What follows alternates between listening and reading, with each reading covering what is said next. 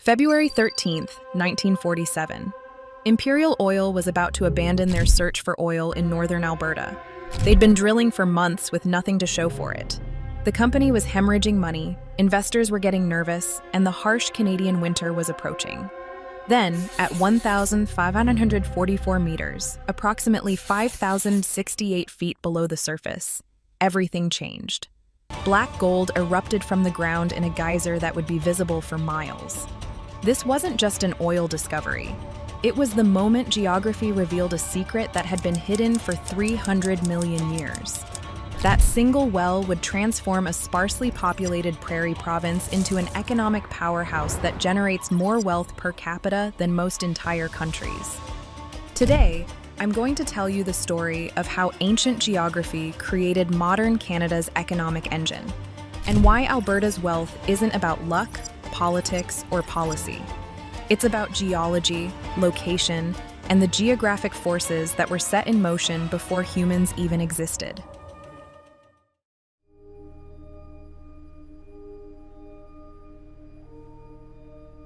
The economic handoff between last fiscal year into this one was stronger than we expected.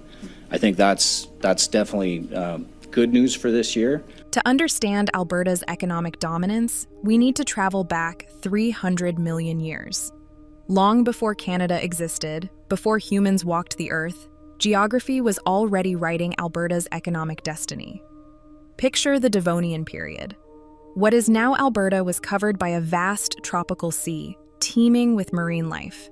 For millions of years, countless organisms lived, died, and settled on the seafloor. Layer upon layer of organic matter accumulated, compressed by the weight of water and sediment above. But here's what made Alberta special.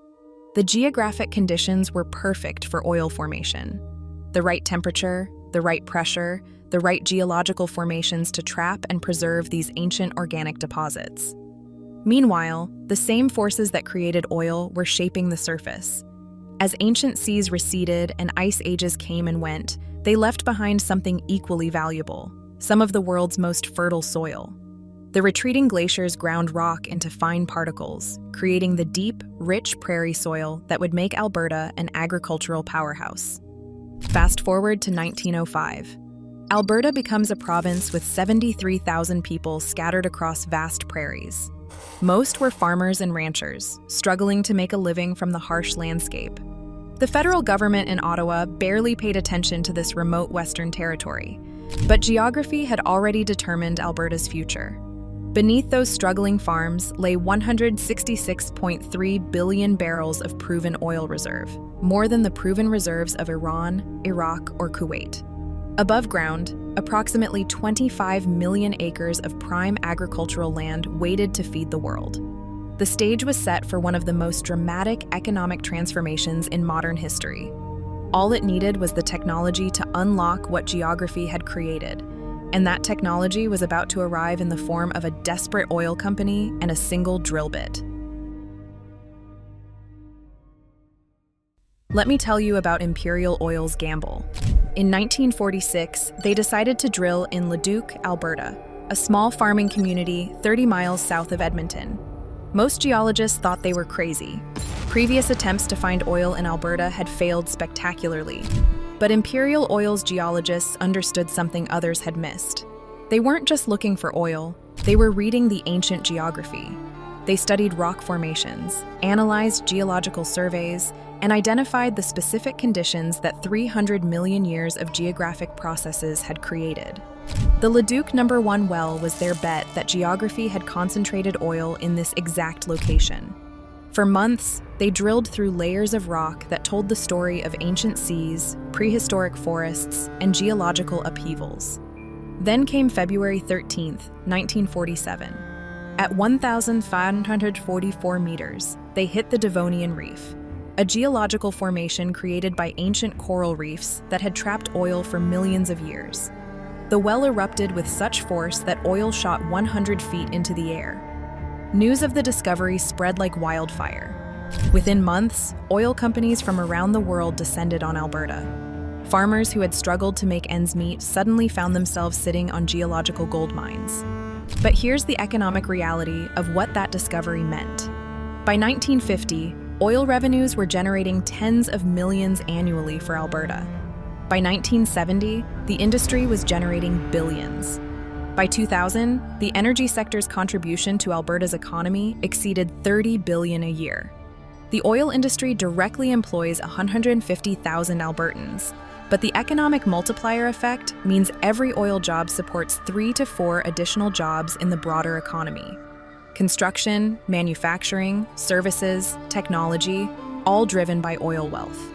To put this in perspective, Alberta, with 12% of Canada's population, now generates about 15% of the country's GDP. That's $336.3 billion annually, larger than the entire economies of New Zealand and Finland. But oil was just the beginning. Geography had given Alberta multiple advantages that would compound over time. While the world focused on Alberta's oil, something equally important was happening on the surface. The same geographic advantages that created oil wealth were driving agricultural success. Alberta sits in the heart of the North American Great Plains, 50 million acres of some of the world's most fertile soil. The climate is perfect for growing wheat, canola, and barley. Long summer days, adequate rainfall, and cold winters that kill pests and diseases. But here's the geographic advantage that most people miss. Alberta's location gives it access to global markets that other agricultural regions can't reach efficiently. Grain from Alberta can reach Vancouver ports and be shipped to Asia in days. It can travel by rail to Thunder Bay and reach European markets through the Great Lakes and St. Lawrence Seaway. It can truck south to American markets within hours.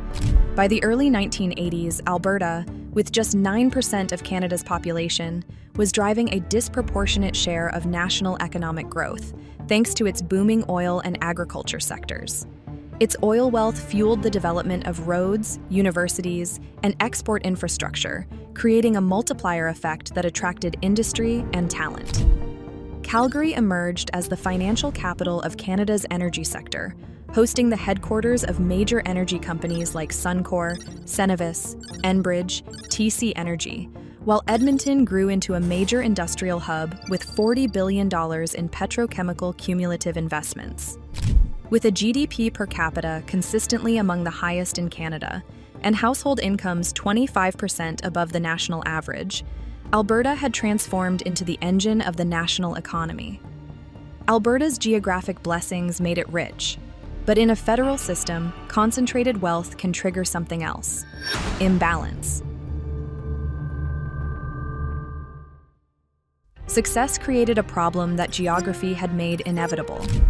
Alberta's resource wealth was concentrated in one province, but Canada's electoral representation and fiscal influence are shared across 10 provinces and 3 territories. Here are the economic numbers that geography created. In 2019, Alberta contributed $321 billion in federal taxes, but received only $301 billion in federal spending, a net contribution of $20 billion. Over the past decade, Alberta has sent over $200 billion more to Ottawa than it received back. This economic transfer system means Alberta's geographic advantages benefit all Canadians. Alberta generates 20% of Canada's GDP, but receives only 12% of federal spending. The province funds 15% of all federal government operations, despite having 12% of the population. Compare this to other provinces. Quebec receives $11 billion more from Ottawa than it contributes. The Maritime provinces receive $30 billion more than they contribute combined. Geography concentrated the resources in Alberta, but the economic benefits flow nationwide. This isn't about politics or policy, it's about the geographic reality of resource distribution. Nature didn't spread oil evenly across Canada. It concentrated it in Alberta, Saskatchewan, and offshore Newfoundland. But the federal system requires wealthy regions to support less wealthy ones. The same pattern exists worldwide. In Australia, Western Australia generates massive mining revenues that support other states. In Germany, Bavaria's economic success helps fund less prosperous regions. In the United States, Texas oil wealth flows to other states through federal taxes. Geography creates wealth concentration. Political systems redistribute it. This tension is inevitable when resources are geographically concentrated, but political power is distributed. But Alberta's situation is unique because of another geographic factor: distance. Alberta is 2,000 miles from Ottawa, Canada's political center. This geographic isolation creates what political scientists call Western alienation, the sense that distant politicians don't understand local economic realities. The 2008 financial crisis highlighted this geographic tension. 2008 was a tumultuous year for the economy. The housing market collapse created one financial crisis after another, and it often seemed as if the news could only get worse. While central Canada struggled with manufacturing job losses, Alberta's resource economy remained strong. Federal policies designed to help Ontario and Quebec often hurt Alberta's energy sector.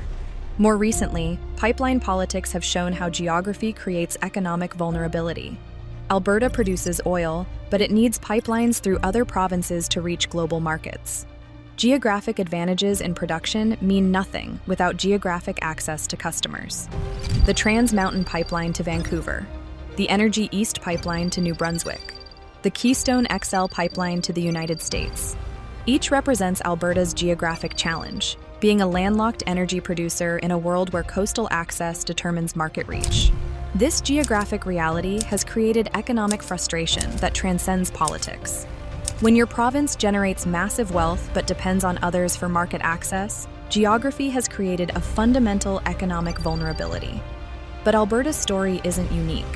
Around the world, geography creates similar patterns of resource wealth and economic imbalance. Alberta's story isn't just Canadian, it's a global pattern. Geography concentrates wealth, while political systems try to spread it. And when the two don't align, friction is inevitable. Look at Scotland. North Sea oil generates billions in revenue, but much of it flows to London.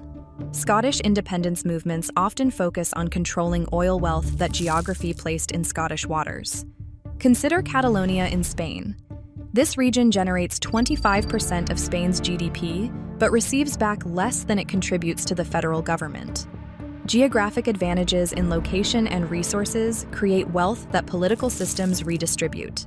Alberta's per capita GDP is among the highest in Canada and comparable to wealthy nations like Switzerland or the US, depending on the metric used. But here's what makes Alberta unique. Unlike Norway, which saves most oil wealth in a sovereign fund worth $1.4 trillion, Alberta's oil revenues flow directly into the Canadian economy. Alberta's Heritage Fund, started in 1976, is worth only $18 billion. The difference? Norway kept its oil wealth, while Alberta's geographic advantages were shared across Canada through the federal system. Economically, this means Alberta functions like Texas, a resource-rich region that shares its wealth through federal transfers. In the United States, just like Alberta, Texas faces a paradox: immense resource wealth, yet limited control over how that wealth is spent. But Texas has another geographic advantage: direct access to global markets. Alberta, being landlocked, doesn't. Even within countries, this pattern repeats. Western Australia's mining wealth supports other Australian states. Norway's oil regions fund the entire country's social programs. Alberta's energy wealth helps fund Canada's national programs. The pattern is clear. Geography concentrates resources and creates wealth, but political systems distribute that wealth across broader populations. This creates inevitable tensions between resource-rich regions and political centers. Climate change is adding new complexity to this geographic equation. As the world transitions away from fossil fuels, Alberta's oil advantages may become less valuable. But geography has given Alberta other advantages that could drive future prosperity. The province's vast renewable energy potential, wind, solar, and hydroelectric resources, its strategic location for hydrogen production and export, its agricultural capacity in a world facing food security challenges. Geography created Alberta's oil wealth, but it also created the foundation for economic diversification. The same location advantages, transportation infrastructure, and resource base that made Alberta an energy powerhouse could make it a leader in the post-carbon economy. The question isn't whether Alberta will remain economically important. Geography has given it too many advantages. The question is how those geographic advantages will create value in a changing world. This story reveals something fundamental about how geography shapes economics. Alberta's transformation from struggling prairie province to economic powerhouse wasn't about superior leadership, better policies, or cultural advantages. It was about geography, ancient geological processes that created oil deposits, glacial actions that created fertile soil, and location advantages that enabled global market access. This story repeats worldwide. Geographic advantages create economic opportunities. Resource distribution determines wealth patterns, and location advantages shape trade relationships. Understanding this pattern helps us predict the future. Regions with geographic advantages, whether resources, location, or climate, will continue to generate disproportionate wealth. Political systems will continue to redistribute that wealth, creating tensions that geography makes inevitable. Alberta's story shows us that economic success isn't random.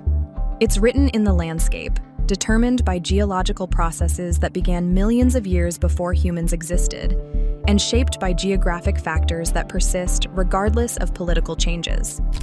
So the next time you see economic inequality between provinces, states, or countries, ask yourself, what role is geography playing?